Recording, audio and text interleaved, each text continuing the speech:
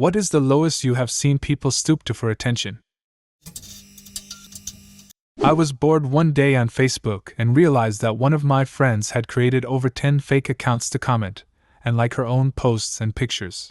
She would meticulously vary the likes and comments to make it look random. These accounts went back over 2 years. I called her out, and she blocked me over it. Nowhere near as bad as some of these, but the sheer amount of effort and time she must have put into it is mind-blowing to me.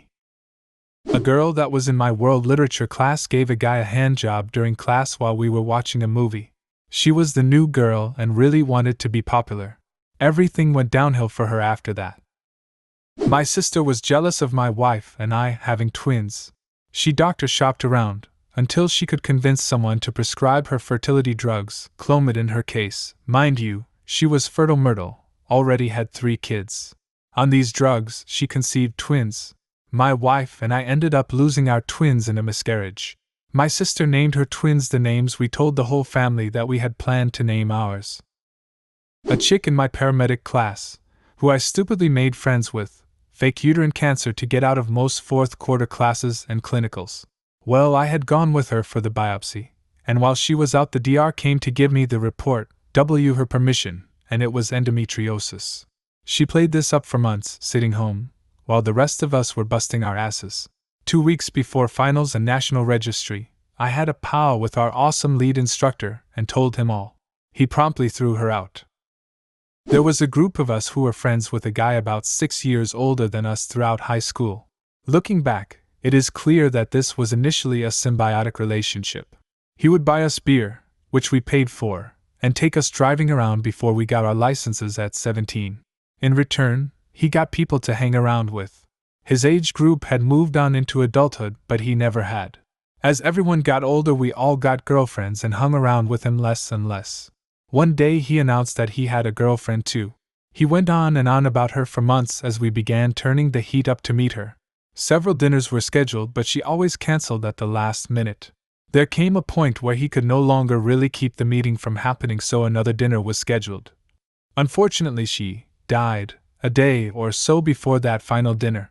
Our friend had invented a fake girlfriend and carried on a 6 to 7 month pretend relationship just so he would not feel left out.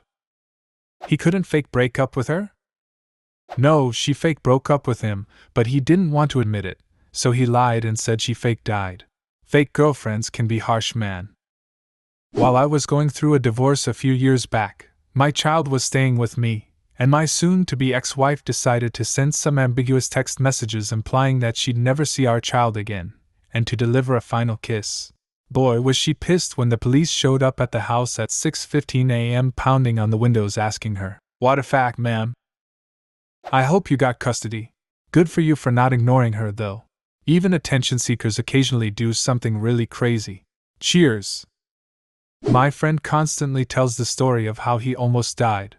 According to him, when we were walking down a mountain, he fell off the edge of a cliff, grabbed a ledge at the last second, and pulled himself up with one arm. I was with him that day, and it simply just didn't happen. He just started yammering out of nowhere to our friend the moment we met up with him, and kept repeating it everyone ever since. I have a friend like that. I just go along with it. Our fake childhood memories are much better than the real thing. A former friend of mine was desperately jealous of me for being with my boyfriend at the time, said person's best friend, and it drove him absolutely insane that my boyfriend was paying attention to me instead of him. They had apparently known each other for years, and this person had some serious social anxiety dependence issues, also.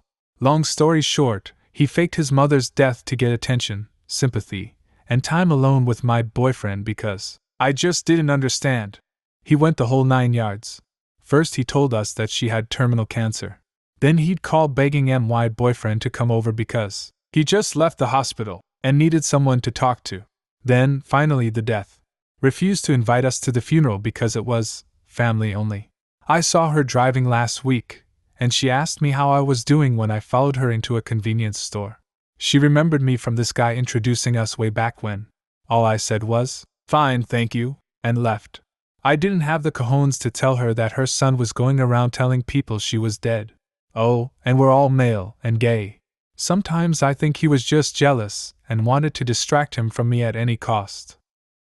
I once knew a guy who faked cancer so we would end up setting him up on a date with this waitress he had been hitting on for years. Though these many years ago, I dated a guy whose ex faked a pregnancy to try to win him back. We were all pretty certain she was faking it at the time, but went along with it just in case. If there had been a kid, it would have been unfair not to welcome it, you know?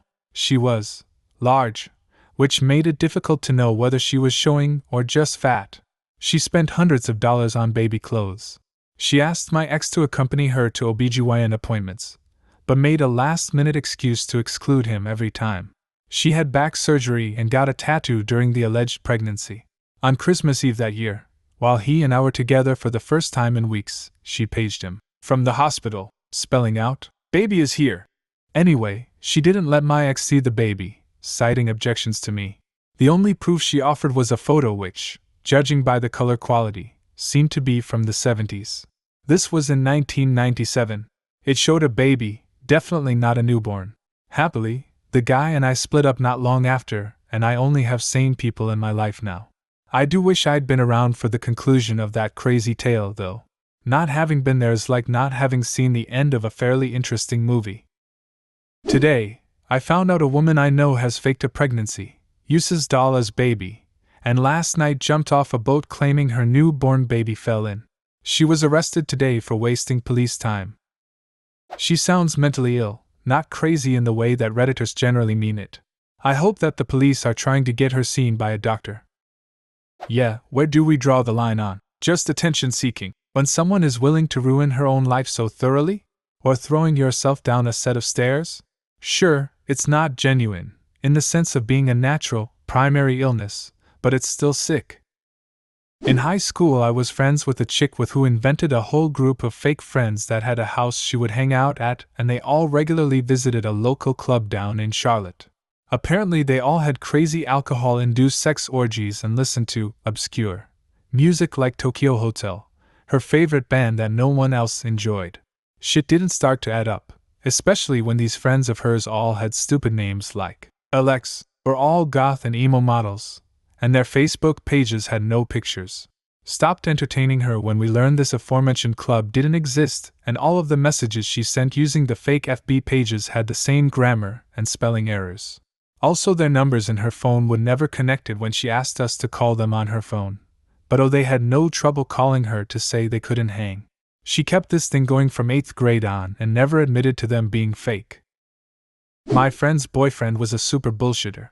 He lied about several things. One, he had special abilities, to the point where if he really concentrated he could turn off power lights with his mind, but could never prove it because he was under too much pressure. Coincidentally, when Heroes was aired, he could also apparently cry blood.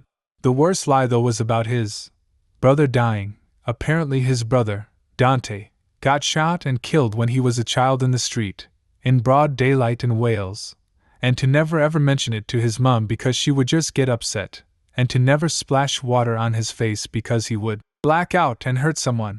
Going over his house, never seeing any pictures of him, actually getting the balls to mention it in front of his mom, exposed as a fucked up little liar. And yep, my friend is still with him.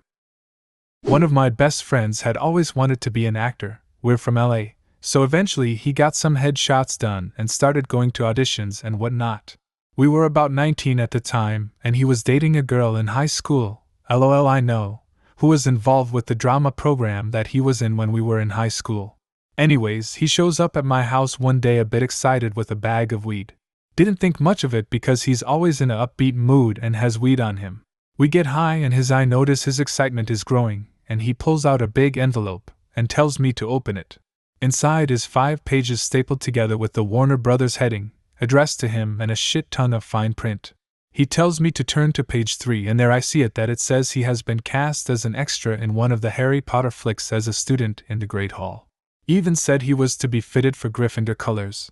One of the girls in the drama department's dad was a producer on the film. He's beyond excited, as is everyone else for him. Few weeks goes by and he tells me that he has to dress up, pay $20 or something for a limo and go get fingerprinted and have his ID copy for the role. Didn't think much of it as I don't know much about the industry and its workings. So he does all that, Gets dressed up, they all get picked up by a limo and drive over to WB Studios and are turned down at the gate because they are not on, they were late. What he didn't tell me was that the initial girl who got everyone into this was the one talking to security. So we hang out a couple days later and he's super bummed out. A year goes by and we both score jobs at Warner Brothers and he brings up the whole Harry Potter story to our boss. She tells us that none of Harry Potter was filmed at the studios. It was all filmed overseas or something. He does a bit of investigating and it turns out that this high school chick made it all up. The story, the limo, her dad being a producer, even wrote up those 5-page contracts herself. Teacher gets in contact with the parents, and the last I heard she was being admitted to a psychiatric hospital for having an emotional breakdown after all her lies started coming out. Do you have a similar story? Leave a comment, and subscribe to the channel if you want to see more videos like this one.